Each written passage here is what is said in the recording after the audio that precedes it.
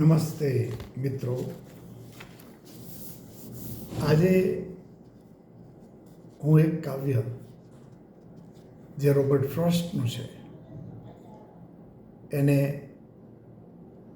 આપણી સમક્ષ રજૂ કરું છું. મૂળ અંગ્રેજીમાં જે કાવ્ય છે પણ એનું આપણે ગુજરાતી કરીશું અને ગુજરાતીમાં સમજશું. રોબર્ટ ફ્રોસ્ટ અમેરિકન કવિ હતા જેમનો જન્મ 1874માં થયેલો અને 1963માં એમનું અવસાન થયેલું. આમ તો 88 યર્સ જેવું જીવન જીવેલા.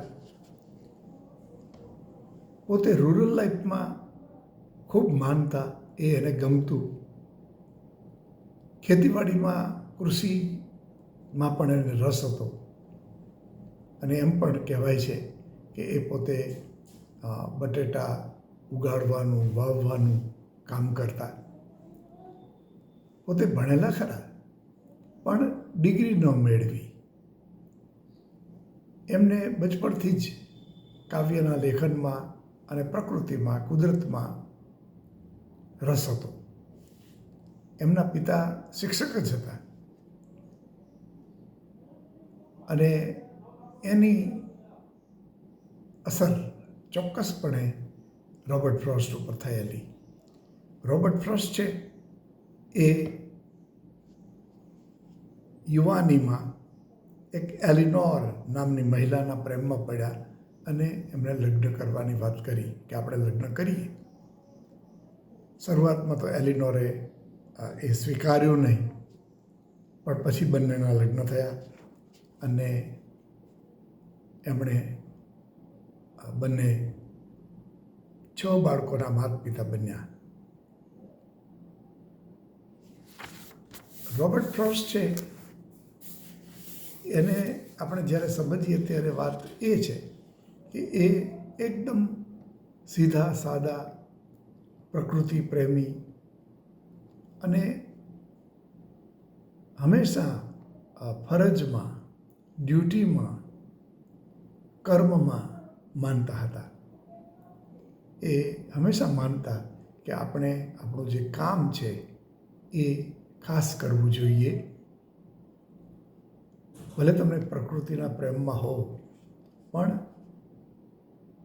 તમારી જે ફરજ છે એને નંબર 1 આપવો જોઈએ અને પછી તમે પ્રકૃતિને ચોક્કસપણે પ્રેમ કરો. આવી વાત એમના કાવ્યોમાં જુદી જુદી જગ્યાએ, જુદી જુદી રીતે રજૂ પણ થઈ છે. Robert Frost, Wordsworth, Ezra Pound, Robert Graves જેવા કવિઓની અસરમાં આવેલા, એનાથી પ્રભાવિત થયેલા અને એક કવિ તરીકે એમણે સેંકડો કાવ્યો લખેલા છે અને એમણે પુલિટ્ઝર પ્રાઇઝ છે એ 4 વખત મેળવેલું છે. એમના જીવનના અંતે એમણે પોતે જ્યારે મોટી ઉંમરના થઈ ગયા ત્યારે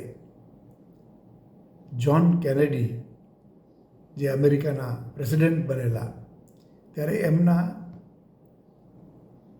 ઉદ્ઘાટન, ઇનોગ્યુરેશનમાં એમણે એક કાવ્ય રજૂ કરેલું અને રોબર્ટ ફ્રોસ્ટની ખૂબ પ્રશંસા થઈ.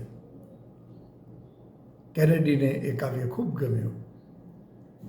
આપણે ત્યાં આપણા વડાપ્રધાન જવાહરલાલ નહેરુને પણ એ કાવ્ય ખૂબ ગમતું અને એ જ કાવ્ય આજે આપણે સમજવાના છીએ.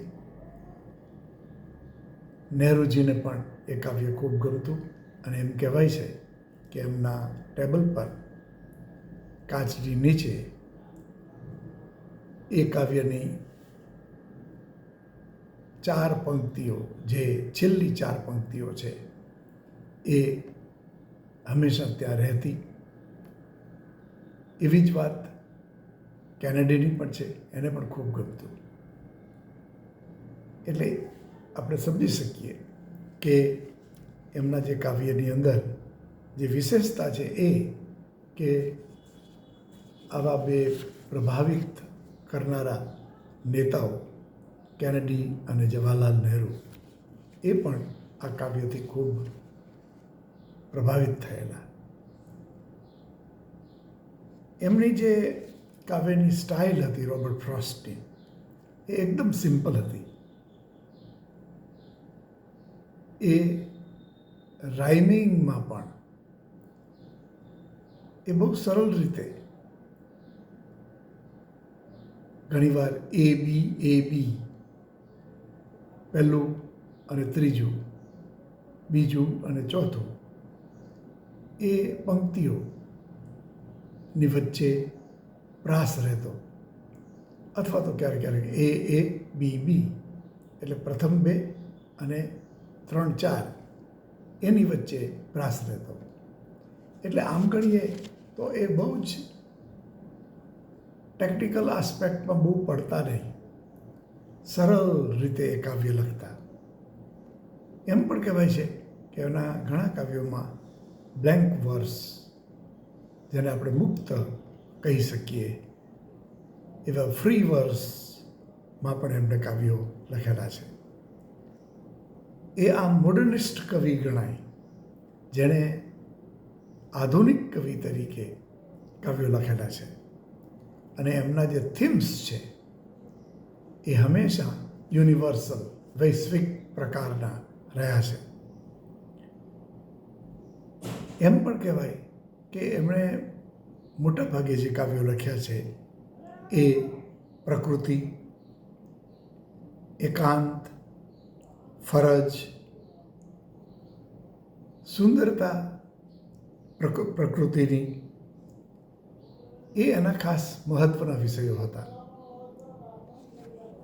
એમનું એક કોટ છે, એની સાથે આપણે એમનો પરિચય પૂરો કરીએ, જેનાથી આપણને સમજાય કે રોબર્ટ ફ્રોસ્ટના મનમાં જે તત્વચિંતન હતું, જે સમજ હતી, એ શું હતી, એને મન જીવન શું છે, એ વાત એના આ કોટમાં વ્યક્ત થાય છે, જે હું ગુજરાતીમાં રજૂ કરું છું. રોબર્ટ ફ્રોસ્ટે કહેલું કે 3 શબ્દોમાં હું બધી ચીજોને પૂરી કરું છું, જે હું જીવનમાંથી શીખ્યો છું. અને એ વાત છે તે હંમેશા વહેતું રહે છે, તે સતત ચાલતું રહે છે. તો વાત એનો અર્થ એ થાય કે જીવનમાંથી એક વસ્તુ આપણને સૌને શીખાય છે કે જીવન સતત ચાલતું રહે છે,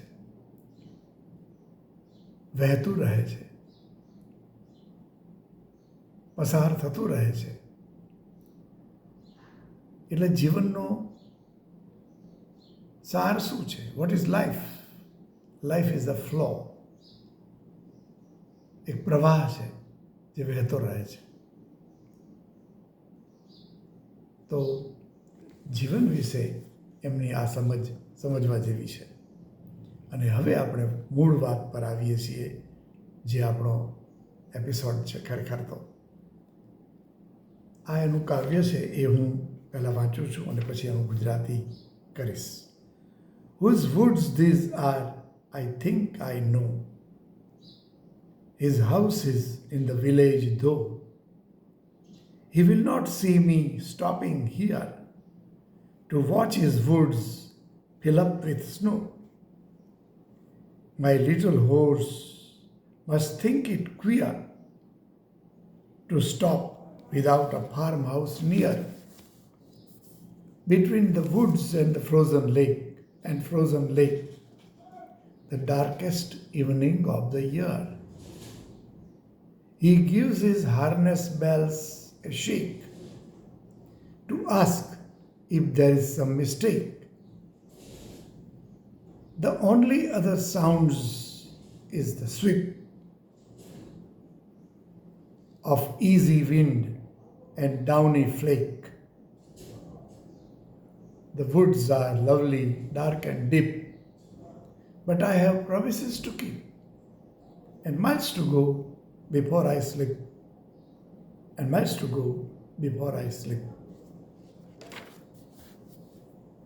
હવે આપણે આ કાવ્યને સમજીએ. આ કાવ્યમાં કવિ અથવા એના નેરેટર જેને કહીએ એ એમ કહે છે કે હું જંગલમાંથી પસાર થતો હતો ઘોડા પર બેસીને, ત્યારે મેં જોયું કે જંગલ બહુ સુંદર હતું. મને એ પણ ખબર હતી કે આ જંગલ કોનું છે, કોની માલિકીનું છે, એની મને ખબર હતી. પણ મને એ ખબર હતી કે એના માલિક એ બાજુના ગામડામાં રહે છે, એટલે એ મને અહીં મારો ઘોડો ઊભો રાખીને જોઈ નહીં શકે, કારણ કે એ ત્યાં હાજર નથી. અને એ નહીં જોઈ શકે કે અહીં જે જંગલ છે, જે વન છે, એની અંદર બરફ પડી રહ્યો છે. એ નહીં જોઈ શકે, કારણ કે એ ગામમાં રહે છે અને હું અહીંથી જંગલમાંથી પસાર થાઉં છું મારા ઘોડા પર બેસીને. મારો નાનકડો ઘોડો અશ્વ એને બહુ વિચિત્ર લાગે છે. એને એમ કે કેમ અહીં ઊભા રહ્યા? આ કાંઈ ઊભા રહેવાની જગ્યા થોડી છે. અહીં તો કોઈ ફાર્મ હાઉસ પણ નથી. જો ફાર્મ હાઉસ ન હોય તો એવી જગ્યાએ ઊભા રહેવાનો અર્થ શું? આ ઘોડો જરા પ્રેક્ટિકલ હતો. એને એમ થયું કે ક્યાંક ઊભા રહેવું હોય તો ક્યાંક કોઈને ત્યાં ઊભું રહેવાય, કોઈના ફળિયામાં રહેવાય. આમ શા માટે જંગલની વચ્ચે આવા ડાર્ક અંધારા ભર્યા જંગલની વચ્ચે રહેવાનું, ઊભા રહેવાનું? એને આશ્ચર્ય થયું. એને થયું કે આ તો જંગલ અને બીજી એક બાજુ છે ફ્રોઝન લેક, બરફથી છવાયેલું જામેલું એવું સરોવર. એની વચ્ચે અમે ઊભા હતા. એક બાજુ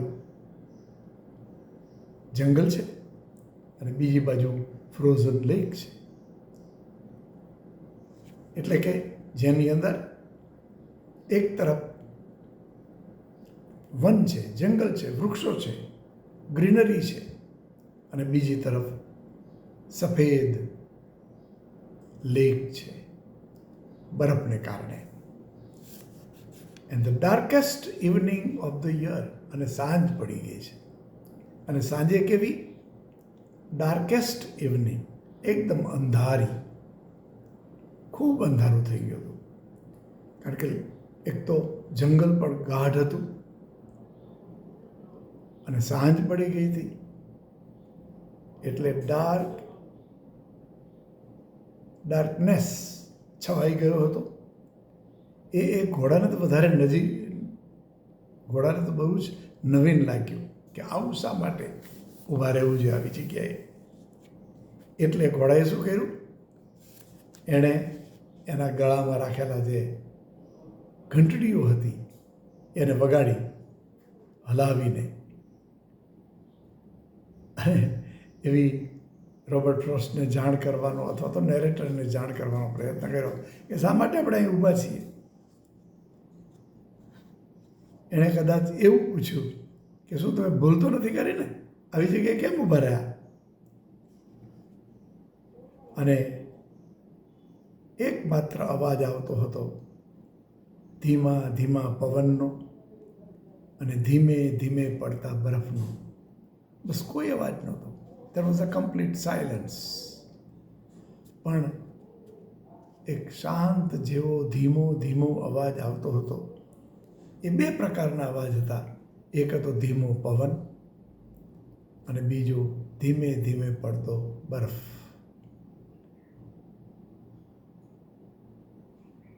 અને પછી કાવ્યના અંતે કવિ રોબર્ટ ફ્રોસ્ટ બહુ સરસ વાત કરે છે. એ કહે છે કે હવે મારે ઘરે જવું જોઈએ. આ ઘોડાની વાત સાચી છે. જગ્યા બહુ સુંદર છે, મને બહુ ગમે છે, મને તો એમ થઈ જાય કે આવી જગ્યાએ રોકાઈ જવું જોઈએ. પણ ઘોડાની વાત સાચી છે. ઘોડો પોતે એમ માને છે કે આપણે ઘરે જવું જોઈએ, બહાર નહીં. આપણી જે ડ્યુટી છે એ આપણે પૂરી કરવી જોઈએ, પણ પછી આપણે ઘરે જવું જોઈએ અથવા તો ઘરે જ રહેવું જોઈએ. એટલે છેલ્લે કવિ જે વાત કરે છે એ તો અદ્ભુત છે. અને મેં કહ્યું એમ જ્હોન કેનેડી અને જવાહરલાલજી બંનેને આ 4 પંક્તિઓની જ અસર છે. હું વ્યક્તિગત રીતે વાત કરું તો જ્યારે પહેલી વાર હું 8મા 10મામાં ભણતો હોઈશ અને મેં આ કાવ્ય વાંચ્યું અને એમાંય આજ આ 4 પંક્તિઓ છેલ્લી જોઈ ત્યારે હું ખૂબ પ્રભાવિત થયો. મને થયું વાત તો સાચી છે. અને કાવ્યના આ જે પંક્તિ છે એ તો બધાએ યાદ રાખવાની છે. Woods are lovely, dark and deep. The woods are lovely, dark and deep. But I have promises to keep. And miles to go before I sleep.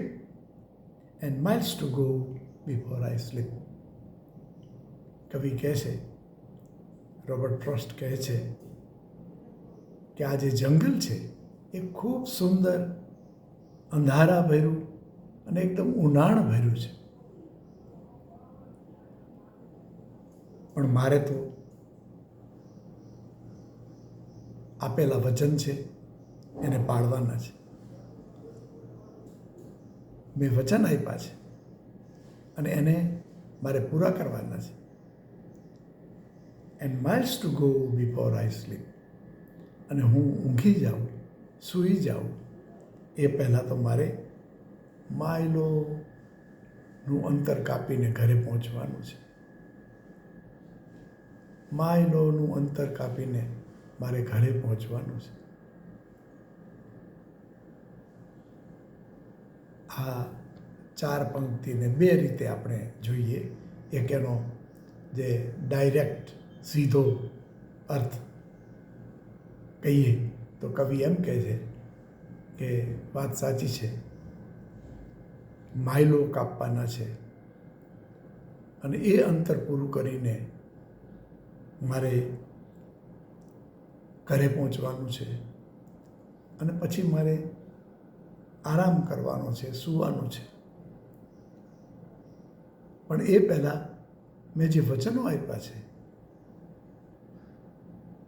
એટલે કે મેં કેટલીક જે ફરજો નક્કી કરી છે, કદાચ એવી વાત હોય કે ચાલો હું ઘરે પહોંચી જાઉં, મારા પત્ની પાસે પહોંચી જાઉં, મારા બાળકો પાસે પહોંચી જાઉં, મારા પરિવાર પાસે પહોંચી જાઉં અને બીજું નાનું મોટું કંઈ કામ હોય તો એ હું પૂરું કરું અને પછી હું આરામ કરું.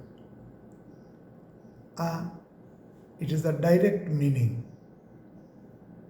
Of the 4 last lines of the poem. પણ એને આપણે ફિલોસોફિકલી જોઈએ તો કવિ એમ કહેવા માગે છે કે જેમ woods are lovely, dark and deep, જેમ આ વન, જંગલ એ સુંદર, અંધારું ભર્યું અને ઉનાળ ભર્યું છે, તો આ જગત પણ આવું જ છે, સુંદર છે, ક્યારેક અંધારા ભર્યું છે અને એકદમ ઉનાળ ભર્યું છે. But I have promises to keep. પણ મારે તો કેટલાક વચનો પૂરા કરવાના છે, ફરજો મારે બજાવવાની છે અને પછી જ માઇલોનું અંતર કાપીને હું જ્યારે ઘરે પહોંચું પછી આરામ કરવાનો છે. તો એ જે વાત છે એને આપણે ફિલોસોફિકલી લઈએ તો કહેવાનો અર્થ એ થયો કે આ જગત, આ જીવન એ સુંદર છે અને એ સુંદર જીવનને આપણે ચોક્કસ માણી શકીએ, પણ માત્ર માણવું પ્લેઝર, આનંદ કરવો એ પૂરતું નથી, એ બરાબર પણ નથી. બરાબર તો છે તમારી ફરજ પૂરી કરવી, તમારા વચનો પૂરા કરવા, અને એ તમારી પહેલી ફરજ એ છે. અને પછી તમે you can rest, you can even die. એટલે કવિ જ્યારે એમ કહે છે બિફોર આઈ સ્લીપ, તો અહીં સ્લીપ છે એના બે અર્થ થાય. એક તો ઊંઘ, નિદ્રા, પણ જે પરમેનન્ટ નિદ્રા છે એ છે મૃત્યુ. અને જીવનમાં, આપણા કોઈ પણના જીવનમાં જ્યારે મૃત્યુ આવે તો આપણે એ પહેલાં આપણી ફરજો પૂરી કરવી જોઈએ.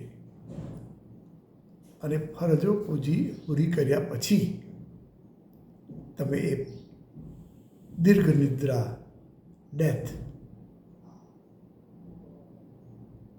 માં પસાર થઈ શકો, એમાં તમે જઈ શકો, મૃત્યુ પામી શકો. પણ મૃત્યુ પામતા પહેલાં તમારે તમારી ફરજો બજાવવી જોઈએ. આ વાત સરસ રીતે કહેવાય છે. એટલે એક બીજી વાત પણ આની અંદર એક મહત્ત્વની છે કે જિંદગીમાં બે વસ્તુ હોય છે, એક બ્યુટી અને બીજું ડ્યુટી. મોટાભાગના લોકો બ્યુટીથી પ્રભાવિત થઈને, એની અસરમાં આવીને જલસા કરતા હોય, પણ જીવન છે એ સુંદરતાને માણવા માટે જ નથી હોતું. ખરેખર તો ફરજો બજાવવા માટે હોય છે. જે વચનો આપેલા છે એ પૂરા કરવાના હોય છે. કોઈકને એમ લાગે કે આપણે શું વચન આપ્યા છે? વચન તો આપેલા જ હોય છે. આપણે જ્યારે ઈશ્વરે આપણને જન્મ આપ્યો હોય ત્યારે પણ આપણે કેટલાક વચનો ઈશ્વરને ખબર છે, એ આપણે પૂરા કરવાના છે. જેમ કે તમે કોઈ વ્યક્તિ છે એ મહેનત કરીને આગળ વધે, એ પણ એની ફરજ છે. એ લગ્ન કરે અને પત્નીને પ્રેમ કરે, એ એની ફરજ છે. જ્યારે એમના સંતાનો હોય ત્યારે એ સંતાનોને ની કાળજી રાખે, કેર કરે અને એને ભણાવીને આગળ વધારે, એ પણ એની ફરજ છે. પોતે સારી રીતે કામ કરી અને સફળ થાય, એ પણ જરૂરી છે. અને અંતે આ બધું પૂરું કર્યા પછી માણસ છે એ જિંદગી પૂરી કરે છે. એ સ્લીપ છે, એક ઊંઘ છે, એક નિદ્રા છે, જે બધાને મળતી જ હોય છે અંતે. પણ એક વાત બહુ મહત્ત્વની છે કે શું જિંદગીમાં જલસા કરવા માટે બ્યુટીમાં માત્ર રહેવું એ જરૂરી છે? નહીં. સુંદરતા બધાને ગમે. જગતની અંદર સુંદરતા હોય છે, પ્લેઝર્સ હોય છે, પણ એ માત્ર એમાં પડ્યા રહેવું, એમાં જીવતા રહેવું એ બરાબર નથી. કેટલી વ્યક્તિઓ સારી રીતે ખાવું, પીવું, સારી રીતે જલસા કરવા, એ બધું કરતા હોય છે, પણ એ that is not the true meaning of life. જેમ એના કોર્ટમાં જેમ રોબર્ટ ફ્રોસ્ટે કહ્યું હતું, એમ આ જિંદગી એક નદી જેવી છે જે સતત ચાલતી રહે છે. અને સતત ચાલતી આ જિંદગીમાં આપણે સતત કાર્યશીલ રહેવું પડે છે, કર્મ કરતું રહેવું પડે છે, ફરજો બજાવવાની રહે છે. આ કાવ્યને તમે તમારા જીવન સાથે જોડો તો મને ખાતરી છે કે એમાં એક બહુ જ મોટી ડીપ ફિલોસોફી આવી જાય છે.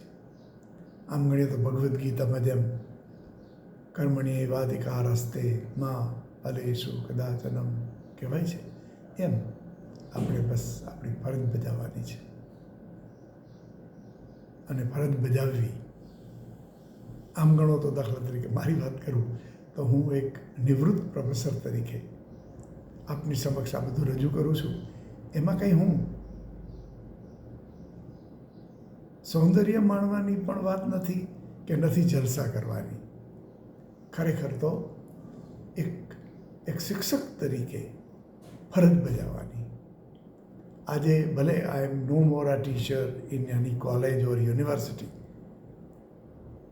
આઈ am a retired professor now.